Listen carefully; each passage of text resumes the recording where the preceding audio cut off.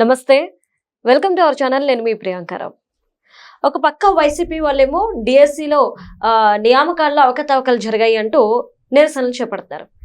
ఇటు కూటమేమో గ్రూప్ 1లో అవకతవకలు జరిగాయి అని చెప్తున్నారు. దీనికి సంబంధించిన సాక్ష్యాలతో ఒక నివేదికను కూడా తయారు చేశారు. మరి అసలు తప్పు ఎక్కడ జరిగింది, అసలు గ్రూప్ 1లో జరిగిందేంటి, అలానే డిఎస్సిలో జరిగిందేంటి అనేది ఇక్కడ చాలా ఇంపార్టెంట్. ఇంకొక ఇంపార్టెంట్ విషయం ఏంటి అంటే, ఇప్పుడు రాబో అసెంబ్లీ సమావేశాల్లో దీని మీద చర్చలు ఉంటాయా, అక్కడ ఎలాంటి సిచ్యువేషన్ చోటు చేసుకోబోతుంది అనేది. సో దీని మీద డిస్కస్ చేద్దాం. మనతో పాటు సీనియర్ జర్నలిస్ట్ శేషరావు గారు ఉన్నారు, ఆయన అడుగుదాం. నమస్కారం సార్. నమస్తే. ఒకవరేమో డిఎస్సిలో నియామకాల్లో అవకతవకలు జరిగాయి అంటారు, ఇంకొకరేమో గ్రూప్ 1లో జరిగాయి అంటారు. గ్రూప్ 1లో జరిగాయి అనే వాళ్ళు ఒక నివేదికని తయారు చేసి ఇచ్చారు, సాక్ష్యాలతో సైతం. ఇటు డిఎస్సికి సంబంధించి ఎవరు ఏమి చెప్పట్లా. అసలు ఈ రెండింటిలో జరిగింది ఏంటి అనేది ఒక క్వశ్చన్ మార్క్. రెండవది ఏంటంటే, ఈ రెండింటిని బేస్ చేసుకొని అసెంబ్లీ సమావేశాలు జరగబోతున్నాయి కాబట్టి అందులో వీటి ప్రభావం ఎంతవరకు చూపించే అవకాశం ఉంది? మొత్తం ఈ రెండు ఎగ్జామ్స్ కు సంబంధించినటువంటి అంశం మీదనే అసెంబ్లీ సమావేశాలు తిరగబోతున్నాయి చుట్టూ. ఎందుకంటే 17వ తారీఖు అసెంబ్లీ సమావేశాలు ప్రారంభం కాబోతున్నాయి. అసెంబ్లీకి జగన్మోహన్ రెడ్డి గారు అండ్ ఆ పార్టీ ఎమ్మెల్యేలు దూరంగా ఉంటారు యథాతథంగా ఇంతకు ముందులాగానే. అయితే మండలిలో డిఎస్సికి సంబంధించినటువంటి అంశాన్ని లేవనెత్తి లోకేష్ గారిని రాజీనామా చేయమని డిమాండ్ చేయాలనేది వాళ్ళ వ్యూహం. ఆ మేరకు దిశానిర్దేశం జగన్మోహన్ రెడ్డి గారు ఆ ఎమ్మెల్సీలకి చేశారు, వైఎస్ఆర్ కాంగ్రెస్ పార్టీ వాళ్ళకి. ఇది ఆల్రెడీ అన్ని న్యూస్లో వచ్చేసింది. అయితే డిఎస్సికి సంబంధించి ఇప్పటికీ ఒక పెద్ద డ్రైవ్ చేశారు వైఎస్ఆర్ కాంగ్రెస్ పార్టీ వాళ్ళు. దాని మీద చాలా వరకు పెద్ద ప్రచారం చేశారు. డిఎస్సి పేపర్ లీక్ అయిందని చెప్పి, డిఎస్సిలో అక్రమాలు జరిగాయని చెప్పి, డిఎస్సిలో రిజల్ట్ మార్చేశారని చెప్పి, డిఎస్సికి సంబంధించిన జీవోలు మార్చారని చెప్పి రకరకాలుగా ప్రచారం చేశారు. ఆ ప్రచారానికి తగిన విధంగా హైకోర్టులో న్యాయ పోరాటం చేయాల్సింది పోయి వాళ్ళు హైకోర్టుకి వెళ్తే హైకోర్టు ముట్టికాయలు వేసింది వాళ్ళకి. సో దీంతో ఇప్పుడు ఆ ఎగ్జామ్లో ఏదో జరిగింది అనేటువంటి ఒక ప్రచారం బలంగా తీసుకెళ్ళాలి ప్రజల మధ్యకి అనుకునేటువంటి టైంలో పిడుగులాంటి సిట్ వచ్చేసింది. సిట్ రిపోర్ట్, పిడుగులాంటి సిట్ రిపోర్ట్ వచ్చి ఇప్పుడు ఏమైంది, గ్రూప్ 1 ఎగ్జామ్ జగన్మోహన్ రెడ్డి గారి టైంలో పెట్టినటువంటి దాని మీద ఫుల్ నివేదిక వచ్చేసింది బయటికి. అంటే అఫీషియల్ డాక్యుమెంట్. జగన్మోహన్ రెడ్డి గారు డిఎస్సి గురించి చెప్తుందేమో అనఫీషియల్ వాళ్ళ పార్టీకి సంబంధించినటువంటి ఆరోపణలు. కానీ ఇటువైపు ఏంటి, గ్రూప్ 1 ఎగ్జామ్కి సంబంధించినట్టు అఫీషియల్ డాక్యుమెంట్ కనిపిస్తుంది. జగన్మోహన్ రెడ్డి గారి టైంలో గ్రూప్ 1 ఎగ్జామ్స్ ఎలా జరిగాయి, ఎలా పెట్టారు, దానిలో అవకతవకలు ఎలా జరిగినాయి అని చెప్పి దాదాపు 10,700 పేజీలకు సంబంధించిన నివేదిక విడుదలైంది. మరి కూటమి ఎమ్మెల్యేలు, కూటమి ఎమ్మెల్సీలు ఈ రిపోర్ట్ తీసుకొని వెళ్తారు కదా రేపు అసెంబ్లీకి, లేదా మండలికి కూడా వెళ్తారుగా. సో మండలిలో డిఎస్సి మీద మనం చర్చిద్దామని అంటే చర్చిద్దామని చెప్పి అంటున్నారు. ఎక్కడికైనా టైం చెప్పు, నువ్వు ప్లేస్ చెప్పు అని చెప్పి లోకేష్ గారు అంటున్నారుగా. లేదు మండలిలో చర్చిద్దామని అంటే మండలిలో చర్చిస్తారు. ఆ చర్చ వచ్చినప్పుడు గ్రూప్ 1 మీద కూడా చర్చ జరుగుతుంది. గ్రూప్ 1 నివేదిక ఉంది కదా, ఆ గ్రూప్ 1 మీద కూడా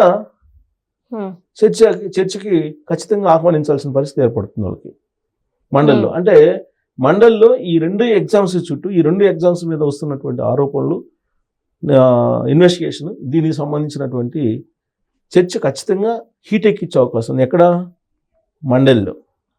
ఇప్పుడు సిబిఐ ఎంక్వైరీ కోరుతున్నారు. దేంట్లో, డిఎస్సి ఎగ్జామ్స్ మీద సిబిఐ ఎంక్వైరీ కోరుతున్నారు వైఎస్ఆర్ కాంగ్రెస్ పార్టీ వాళ్ళు. మరి ఇప్పుడు గ్రూప్ 1 దాని మీద ఏం కోరాలి, గ్రూప్ 1 దాని మీద కూడా సిబిఐ కోరాలిగా. ఇప్పుడు ఆల్రెడీ సిట్ రిపోర్ట్ ఇచ్చింది. ఈ సిట్ రిపోర్ట్ ఇచ్చింది కాబట్టి ఇమీడియట్గా నీకు సిబిఐ వాళ్ళకి ఆ రిపోర్ట్ని బట్టి ఎంక్వైరీ చేయొచ్చు.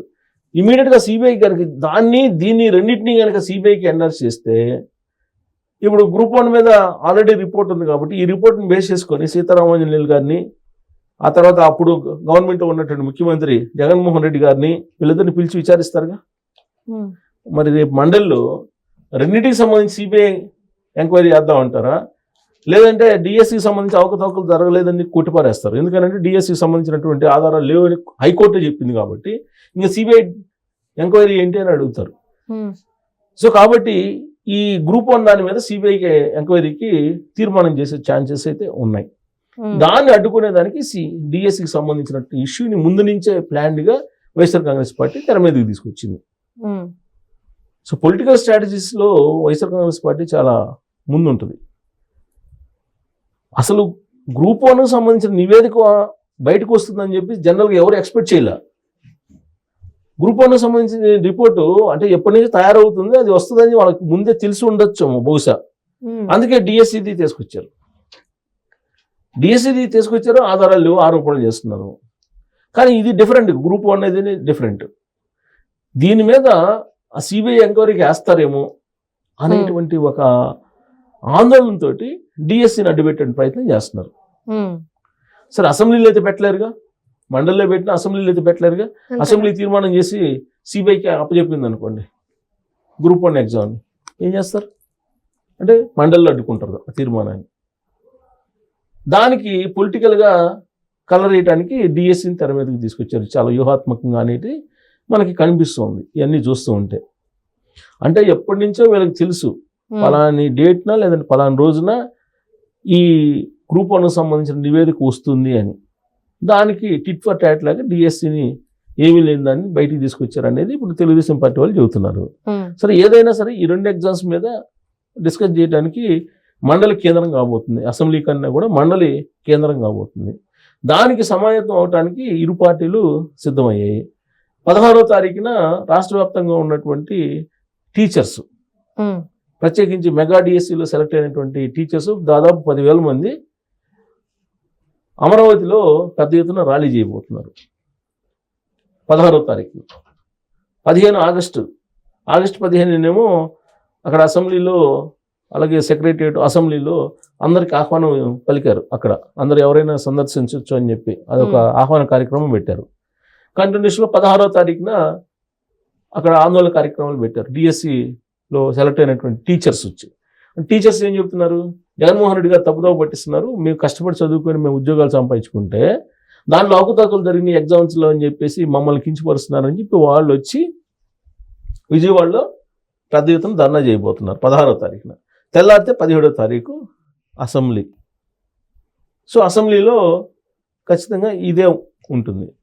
అయితే ఏది నిజము, అది నిజమా ఇది నిజమా అని అంటే ఎవరైనా చెప్తారు. సిట్ రిపోర్ట్ని బట్టి గ్రూప్ 1 అవకతవకలు జరిగినాయి అని. డిఎస్సి ఏంటి అని అంటే హైకోర్టు చెప్పింది కాబట్టి అసలు ఏమీ లేదని, వాళ్ళు వేసిన పిటిషన్లోనే ఏమీ లేదని చెప్పింది కాబట్టి ఇవన్నీ గాసిప్స్ అని చెప్పి చెప్తారు.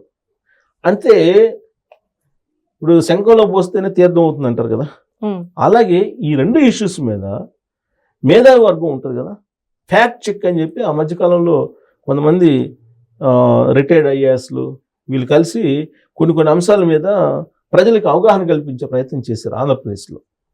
అలానే ఈ 2 ఎగ్జామ్స్ మీద అసలు ఎవరు చెప్తుంది నిజం, ఏ ఎగ్జామ్లో ఏం జరిగింది అనేది ఒక మేధావి వర్గం కొంతమంది ఫ్యాక్ట్ చెక్ లాంటి కమిటీని ఒకదాన్ని ఏర్పాటు చేసి దీని మీద కనుక వాళ్ళు ఒక సమావేశం, రౌండ్ టేబుల్ సమావేశం లాంటిది పెట్టి ఒక అభిప్రాయాన్ని కనుక వాళ్ళు ఇస్తే ప్రజాక్షేత్రంలో ఈ కన్ఫ్యూజ్ లేకుండా ఉంటుంది. లేదంటే గ్రూప్ 1 సిట్ రిపోర్ట్ ఇచ్చినప్పటికి కూడా మరి డిఎస్సి సంగతి ఏందని చెప్పి కన్ఫ్యూజ్ చేసేటువంటి ప్రయత్నం చేస్తున్నారు ఎవరు, వైఎస్ఆర్ కాంగ్రెస్ పార్టీ. రాజకీయాల్లో 2 ఉంటాయి, ఒకటి కన్ఫ్యూజ్ ఆర్ కన్విన్స్ చేయడానికి నీ దగ్గర సబ్జెక్ట్ లేనప్పుడు కన్ఫ్యూజ్ చేసే ప్రయత్నం చేస్తారు.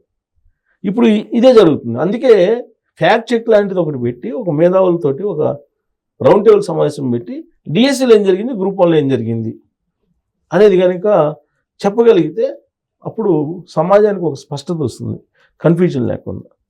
ఎప్పటికప్పుడు ఇలాంటి అంశాల మీద కన్ఫ్యూజన్ లేకుండా పబ్లిక్ సమాచారం ఇవ్వగలిగితేనే వాళ్ళకు స్పష్టత వస్తుంది. అదర్వైజ్ పొలిటికల్ గేమ్లో, పొలిటికల్కి సంబంధించినటువంటి మైండ్ గేమ్లో అబద్ధాన్ని నిజం అబద్ధాన్ని నందిని పంది చేసే ప్రయత్నం జరుగుతూ ఉంటుంది. ఆ ప్రయత్నంలో ఎవరి చేతిలో మీడియా బలంగా ఉంటే వాళ్ళు అది చేస్తూ ఉంటారు. కాబట్టి అలాంటి దానికి ఆస్కారం లేకుండా మేధావులకు సంబంధించినటువంటి ఒక రౌండ్ టేబుల్ సమావేశం పెట్టి ఫ్యాక్ట్ చెక్ లాంటిది ఒకటి పెట్టి ఈ 2 ఎగ్జామ్స్ మీద నిజాలు బయట పెడితే కనుక పబ్లిక్కి స్పష్టత వస్తుంది. Right, thank you so much sir.